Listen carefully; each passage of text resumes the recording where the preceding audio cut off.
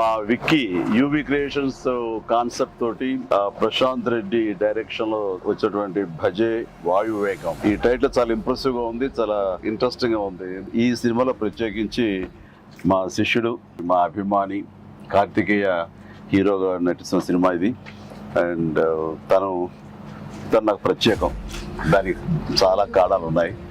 తను చిన్నప్పటి నుంచి నన్ను అంతగా అభిమానించే వ్యక్తి, నా అభిమాని.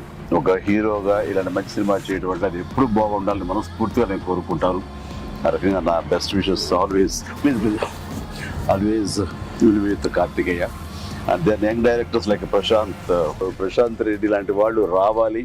అలాంటి యంగ్స్టర్స్ ఎంతమంది కొత్త కాన్సెప్ట్స్తో వస్తే ఈ తెలుగు ఇండస్ట్రీ అంత ఫ్రెష్గా ముందుకు సాగుతూ ఉంటుంది.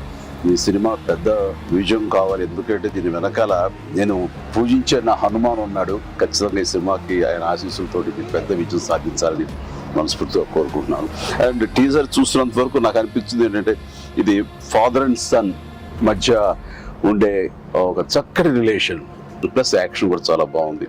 ఇంతకు మించి నాకు స్టోరీ కొంచెం తెలిసినా సరే ఎక్కువ లీక్ చేయదలుచుకోలేదు, చెప్పదలుచుకోలేదు. Don't worry. So all the very best.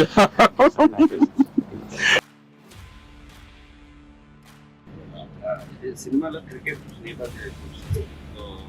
మీరు ఎప్పుడన్నా సరదాగా క్రికెట్ చిన్నప్పుడు? నేను కెప్టెన్ గా సచిన్ టెండూల్కర్ నా నెక్స్ట్ అది గుర్తుంది సార్, ఆ మ్యాచ్ చూసాము. చేశాడు. అది విన్నర్ ఆ మ్యాచ్ చూశారు చాలా మంది. అది చూసేది మాత్రాన, అది నేను పార్టిసిపేట్ చేస్తే మాత్రాన నాకు బ్యాట్ పట్టుకోవడం వచ్చు, బాల్ ఎరగొట్టడం వచ్చు అనేది మాత్రం అనుకోవద్దు. నాకు అస్సలు క్రికెట్ రాదు, క్రికెట్ మీద ఇంట్రెస్ట్ కూడా అంత మాత్రమే.